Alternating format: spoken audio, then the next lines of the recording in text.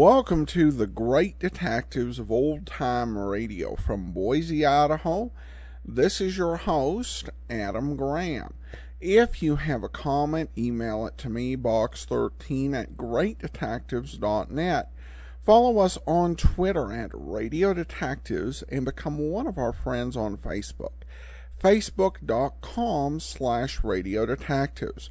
Well, before we do get started, I do want to remind you our listener support campaign continues. You can support the show on an ongoing basis through patreon.greatdetectives.net and help us towards our goals. When we reach the $800 level in terms of monthly pledges, we will upgrade our server, and when we hit the $1,000 level, we will move all advertising announcements to after we've played the program. A full list of available goals is at patreon.greatdetectives.net. But now it's time for today's episode of Yours Truly, Johnny Dollar. The original air date is May the 25th of 1958. And the title is The Midnite Sun Matter. From Hollywood, it's time now for Johnny Dollar. This is Bill Chadwick, Northwest Surety Company. Howdy, Bill. How are things in Seattle? Oh, not bad, Johnny, not bad. You tell me, have you ever fallen for the spell of the Yukon? What are you trying to do? Sell me some mining stock? No, but there's a mine I'd like to have you take a look at. Up in the Yukon? Well, actually, it's across the border in Alaska. It's a gold mine, a big one, sitting on top of a rich vein. And why don't you fly on out here and let me tell you about it? Why not? Shall I bring my own pick and shovel? No, Johnny. Huh? Just be sure you bring your gun.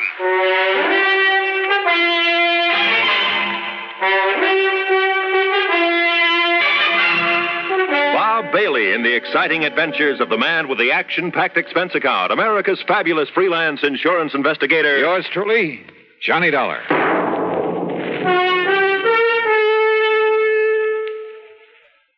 And now, Act One of Yours Truly, Johnny Dollar.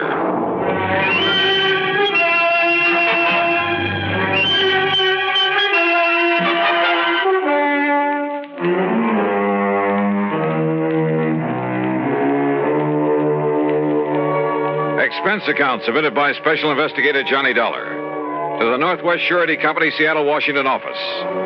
Following is an account of expenses incurred during my investigation of the Midnite Sun matter.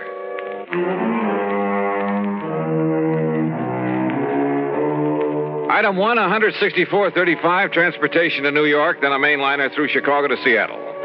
The pilot gave us a beautiful view of Mount Rainier and Puget Sound before we set down, and at 4 p.m. I was in Bill Chadwick's office at 2nd Avenue and Yesler Way.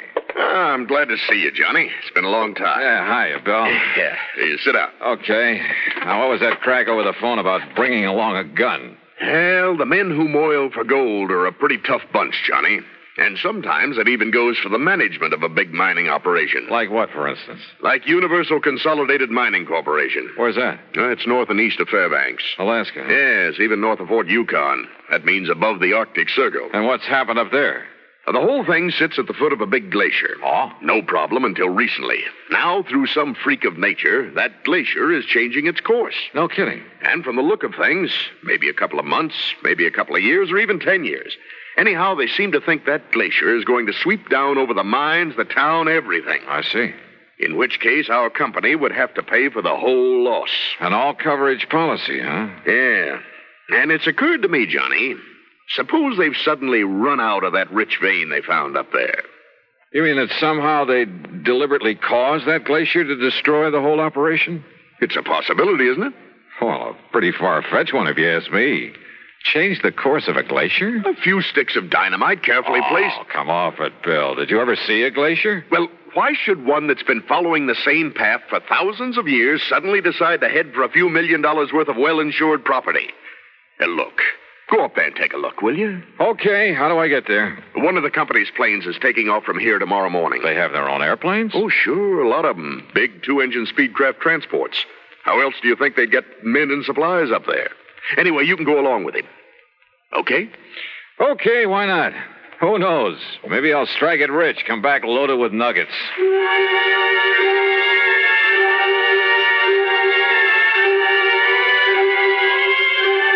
Item 2, 31 bucks even for my room at the Benjamin Franklin and a night on the town. The following morning, well, I suppose I should have wondered why a big cargo plane should take off from a tiny airport far out of town with only the pilot and me on board. Yep, I should have wondered.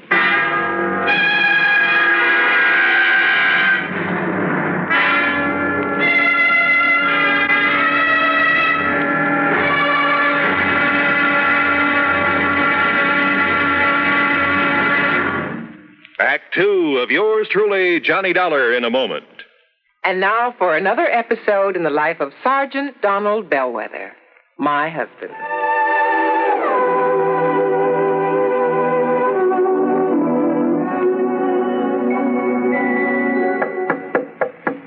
Good morning, Mrs. Bellwether. Would milady prefer to have her breakfast in bed this morning? Oh, what a perfect husband. Thank you, darling. Here's the tray with the coffee, the toast, and the orange. Oh, fine. I forgot the orange juice. Hold the tray, honey. I'll be right back. Oh, darling, what happened? I stubbed my toe in the corner of the dresser. The National Safety Council was right. The what? Last night I read something in a National Safety Council pamphlet. Oh, Reba, how can you sit there talking about a pamphlet when I'm dying a slow, tortuous death? Oh, come over here, darling. I'm sorry. All right. Now, what's this about the National Safety Council? Did they predict I would stub my toe this morning? No, silly. It's just a coincidence. Only last night I read the statistics that prove that more home accidents occur in the bedroom of all places. Yeah? Not the bathroom or the kitchen or the home workshop. The bedroom. Okay. From now on, when I walk around the bedroom, I'm going to wear my combat boots instead of these open-toed huaraches. Well, that might help, dear.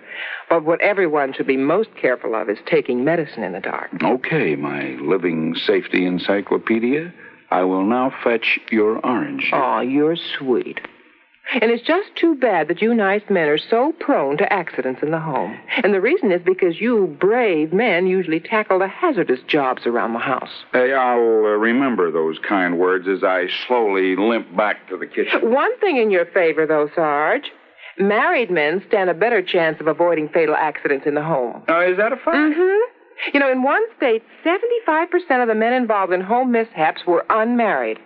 Well, I'm sure glad I'm married. Because the accident odds are better? No, because I like my wife. Even when she first wakes up in the morning. That's my Donald. That's my doll.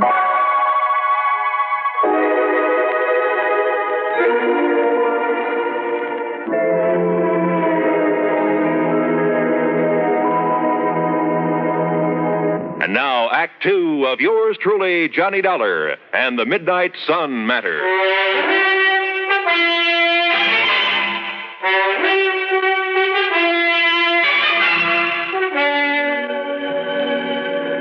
Within a few minutes after I met him at the airport, far east of town the next morning, Cliff Murray had the big twin-engine Speedcraft airborne, and we were heading north to Alaska. And in case you're interested, Dollar, you're the co-pilot on this run. Oh, are you kidding? The only things I've steered around the sky since the war have been Piper Cubs, small jobs. You know something? When you get onto them, these babies are not only just as easy to fly, but a whole lot safer. Want to take over for a while? Well, maybe later.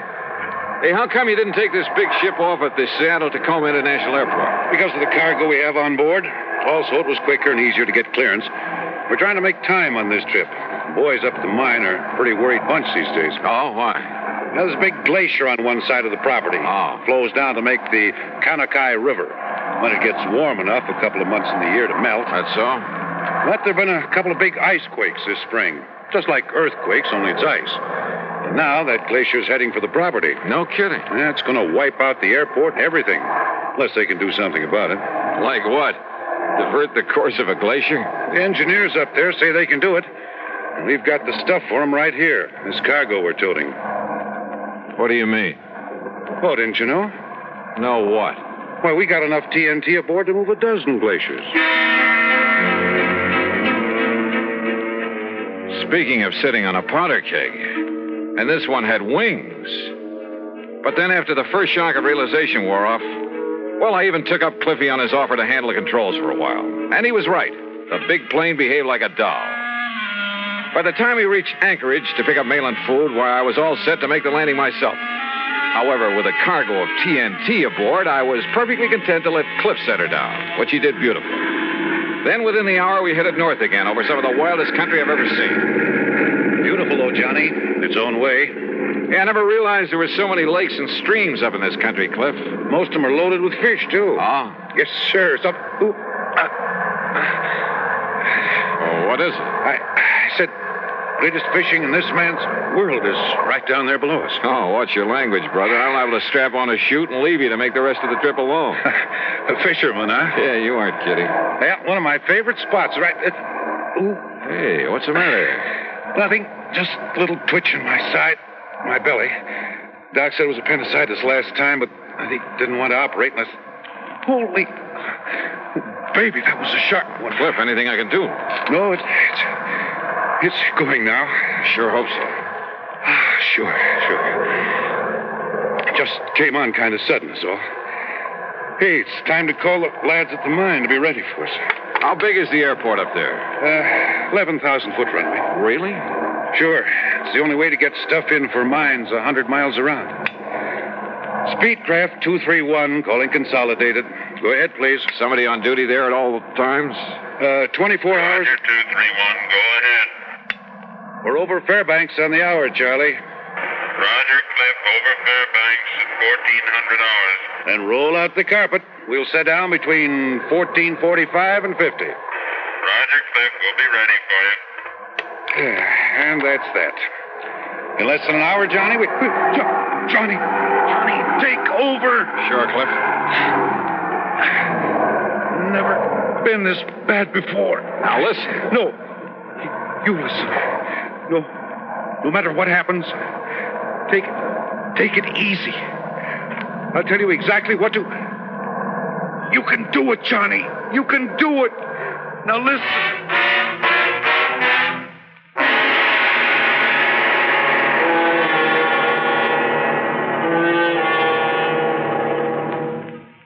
Act 3 of yours truly, Johnny Dollar, in a moment.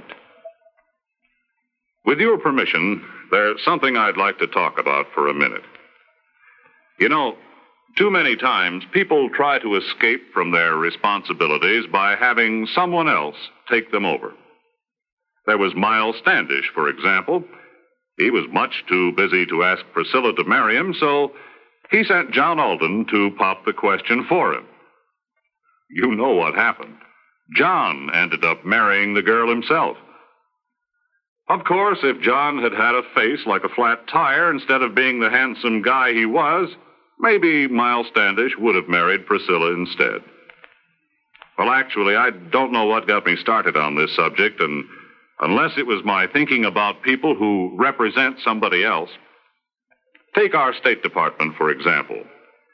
Being a representative is one of its biggest jobs. Through the Foreign Service, it helps the Justice and Treasury Departments handle immigration, narcotic, and quarantine problems. And the Secretaries of Agriculture and Commerce look to the Secretary of State to help keep their fingers on the pulse of foreign markets so they can keep the business firms and farmers of America informed on matters of import and exports. I guess the only connection between these facts and the courtship of Miles Standish is that, like John Alden, our State Department speaks for itself. And now, Act 3 of yours truly, Johnny Dollar, and the Midnight Sun Matter.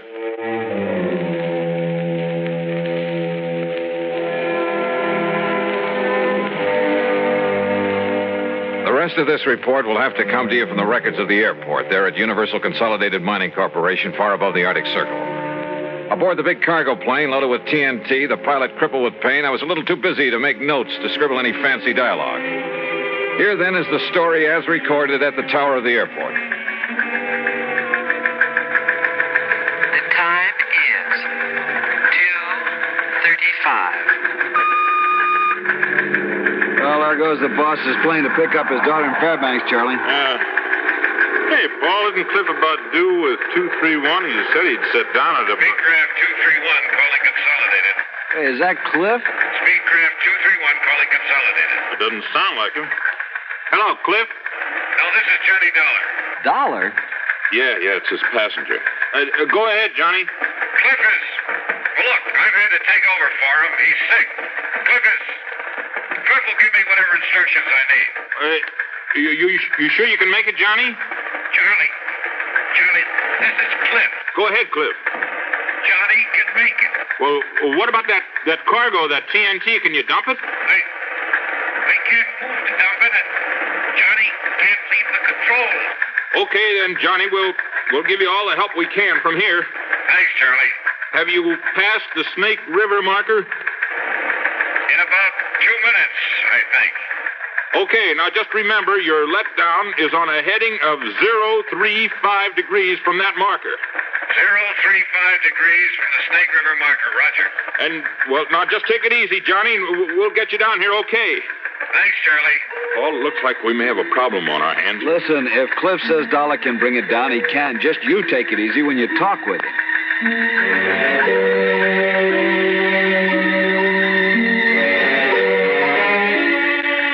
Charlie, have you got an engineer down there? Yeah, sure, Johnny. Stand by. Take it, Paul. Johnny, this is Paul Foster. Go ahead. Paul, we're having some trouble getting our landing gear down. So I'm going to make some steep banks and try to get it down by centrifugal force. Yeah, good. You might get the ground crew to stand by, though, because if we can't get the gear down that way, I guess we'll have to make a belly landing gear up. Okay, Johnny, I got that. How much fuel have you got on board? About 2,000 pounds. Johnny, this is Charlie again. Now, listen. Easy. Oh, yeah. Johnny, I saw you make your pass. It appears the landing gear door is partially open, which may indicate it's jammed. Any suggestions? Paul again, Johnny. The only thing I can think of is try to snap the gear out by a sharp pull-up to give it centrifugal force. I've tried that, Paul. Results are negative. All right. Then before we consider you coming in for a belly landing with all that TNT aboard, I'd like to use up some of that fuel. Maybe some of our brains down here can think of something that'll help you out. Okay, we'll go ahead with the regular procedures and whatever else we can think of, and then we'll give you another call. Okay, Johnny. The time is 2:41. Johnny, this is Paul again. Have you tried to shear the lock pin on that landing gear? Go ahead. Negative. No, we haven't tried that yet. We want to make sure the doors were not jammed partially closed and perhaps make it impossible to get all the gear up again. You know, if we do have to make a belly landing. Yeah. Okay. Johnny, have you got full hydraulic pressure? Yes, that's affirmative. Okay. Now, the crew chief isn't up here at the moment, but I'll ask him to come up and he can discuss it with you. Right. Johnny, if it does become necessary to make a belly landing because of the setup they have for handling accidents, you might be better off to do it at Fairbanks. Have you thought about that? I talked to Cliff here. He doesn't think they'd want us to try it with this TNT we've got aboard. Well, we'll radio to him and see. Meanwhile, if anybody comes up with any idea at all, we'll pass it on to you right away. Okay. I'll give you a gas check in a few minutes. Okay. The time is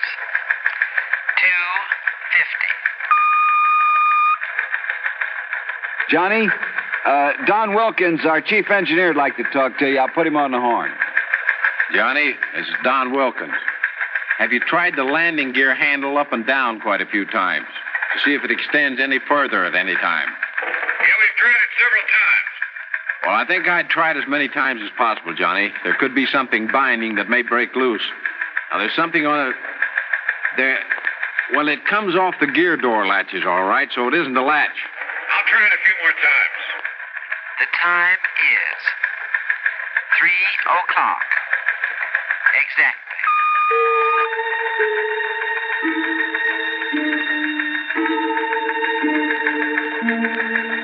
Johnny, this is Paul. How's your fuel situation stacking up now? We have about 950.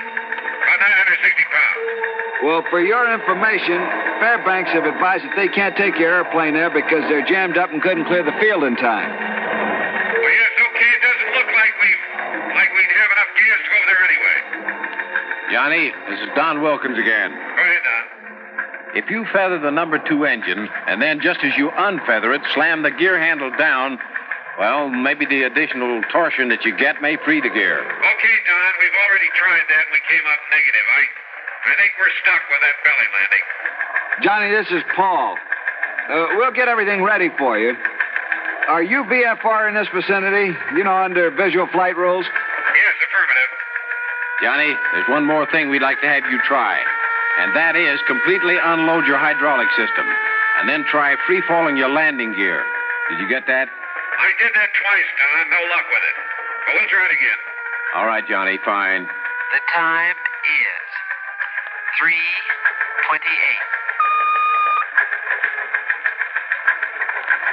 Johnny, we're going ahead with preparations for a belly landing down here. I see you buzzed the field a couple of times, so you know how much room you've got. You think it looks like much from up here? Now listen, we're going to foam the runway for you. You hear me? Put foam on it. We're doing it now, and that'll kill some of the friction.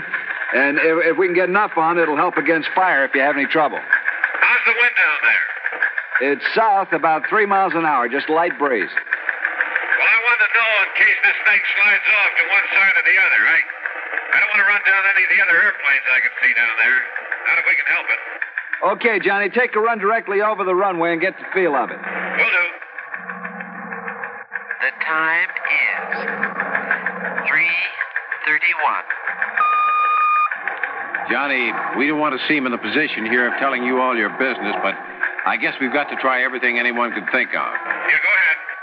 On this gear handle business, up and down, throw it in the up position. But just leave it there for a second, and then slam it down and leave it down for, say 30 seconds after you put it down. You get that? Okay, we'll do that.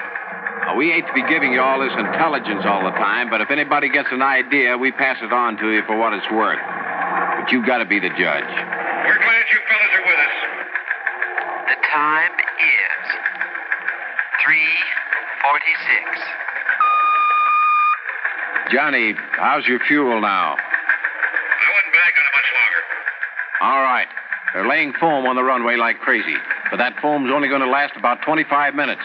Now, assuming they started laying the foam at 30, you should land not later than 55. Yes, well, okay. You give us a word when it's completed.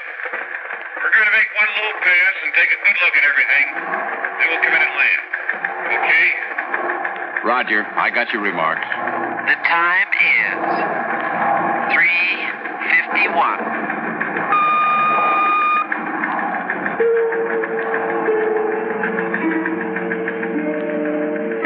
Hi, Johnny. I just wondered how you are and how things look to you. Okay.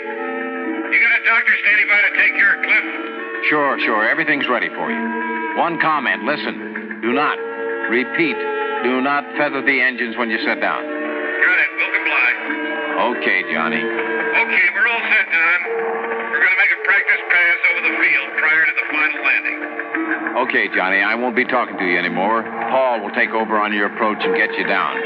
We're all set for you when you arrive. Good luck. Yeah. Okay. The time is 3:54.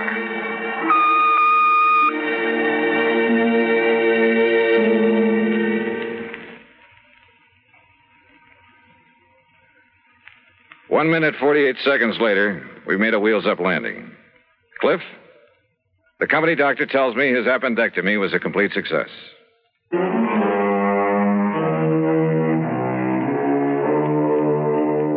hard-bitten bunch of miners, did you say? Listen, those boys up in that lonely outpost are the salt of the earth. And as for trying to pull something on your insurance company, well, you should have seen how just one good load of TNT put that glacier back on its course. Yes, sir. I hope the vein of gold never runs out for those boys. Expense account total, including gifts for the lads who really brought that plane down, $600 even. Yours truly, Johnny Dollar.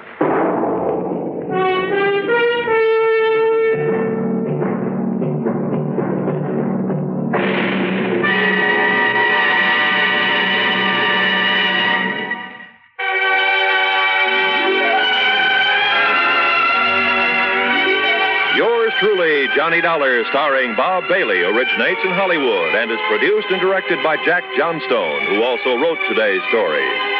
Heard in our cast were Gene Tatum, Frank Nelson, Russell Thorson, Barney Phillips, Harry Bartell, and Forrest Lewis. Be sure to join us next week, same time and station, for another exciting story of yours truly, Johnny Dollar. This is Roy Rowan speaking.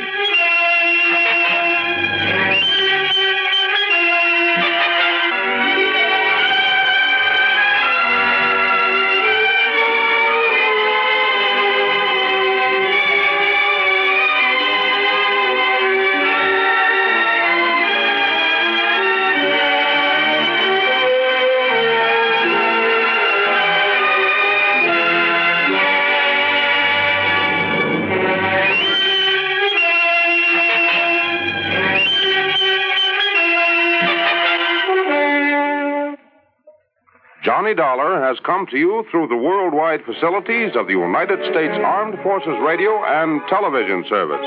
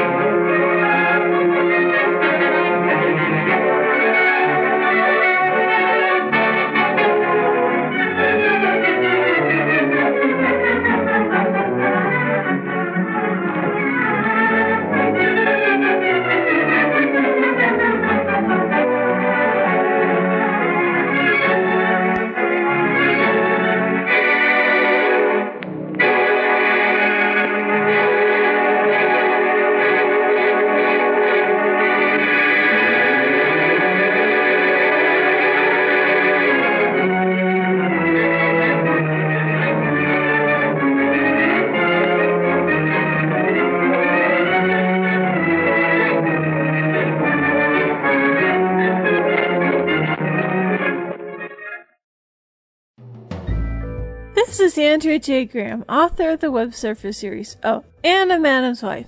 You're listening to the Great Detectives of Old Time Radio.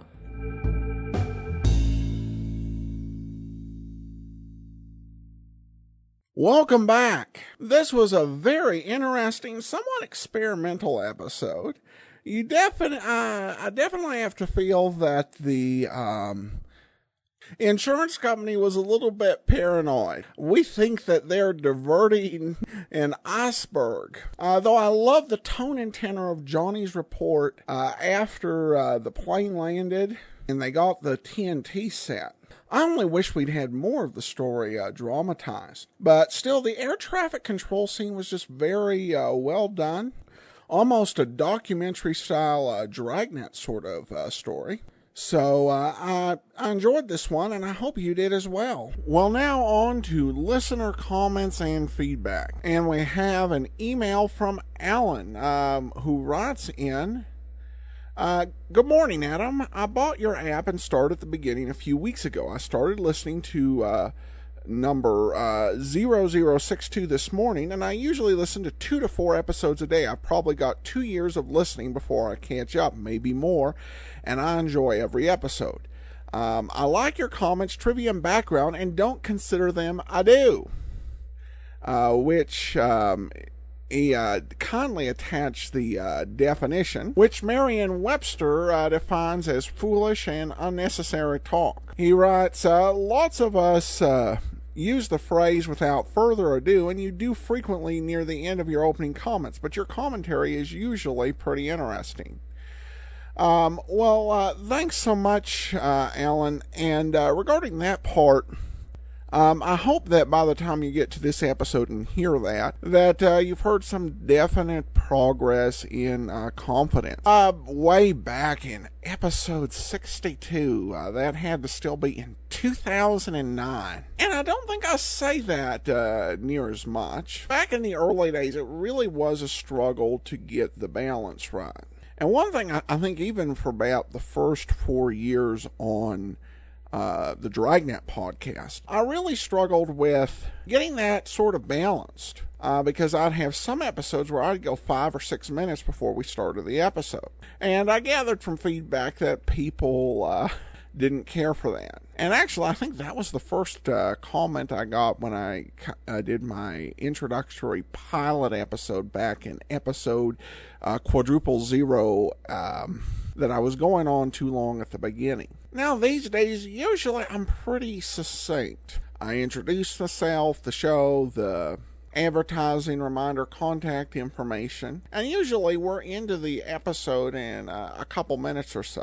But sometimes I'm introducing a new series or a new actor or a change of network, explaining something going on that I think is important before we get into the episode. And I think when I was a bit earlier in this series, a bit more self-conscious about that sort of thing. But I think I'm less so today. Though I do know there are some people, because I do occasionally get emails with like, he's taking forever on this intro, just want to get into the show. But that's just one of those things. I try and keep the intro comments relatively short, particularly when we're not in a listener support campaign. Now, I'm more like, I try to be brief at the start most of the time. But if you listen to this podcast, sometimes I feel there's a cause for a little lengthier opening comment. And that's one of those things that comes with listening to the series. And then he goes on to write, I support you regularly through JohnnyDollarAir.com. I think I've bought 12 to 15 airline tickets in the last 1 to 2 years. I hope you get more than a couple of bucks. Thanks for the old-time radio programs. Regards, Alan. Well, thanks so much on that. On Johnny Dollar Air, I won't go into specifics. I will say that it is behind listener support and app sales. It's the third highest source of revenue for the show. And last year, for the first time, we actually earned enough from that to get a 1099. So while we have emphasizing listener support during this campaign period, I definitely want to say thank you to those who just, when you do plan your travel plans, you just go through JohnnyDollarAir.com, which does link right through to Priceline. Well, thank you so much for the email. And we also have some comments over on Facebook. Tom says, love this show. And Michelle Ann says, can't get enough. Well, thanks so much for your kind comments. Definitely appreciated. Our listener support campaign does continue. You can support the show with a one-time donation at support.greatdetectives.net. At the $20 level, we can send you a great colonial radio theater drama. Among the options are Zorro and the Pirate Raiders, a classic adventure story, and that's available with a donation of $20 or more. And if you'd like to know more about yours truly, Johnny Dollar, including details on lost scripts and trivia on the existing episodes we do have, for U.S. and Canadian listeners with a donation of $100 or more, we'll send you a copy of either Volume 1, Volume 2, or Volume 3 of the Who is Johnny Dollar matter, with Volume 1 focusing on the pre-Bob Bailey years, Volume 2 focusing on the Bob Bailey years, and Volume 3 focusing on the post-Bailey years, as well as details on the audition shows. And with a donation of $250 or more, we'll send you all 3 books to our listeners in the U.S. and Canada. A full list of available thank you gifts at support.greatdetectives.net. And remember, you can also mail in a donation to Adam Graham, P.O. Box 15913, Boise, Idaho 83715. And you can support the show on a monthly basis, patreon.greatdetectives.net. Well, that will do it for today. In the meantime, send your comments to Box 13 at greatdetectives.net. Follow us on Twitter at Radio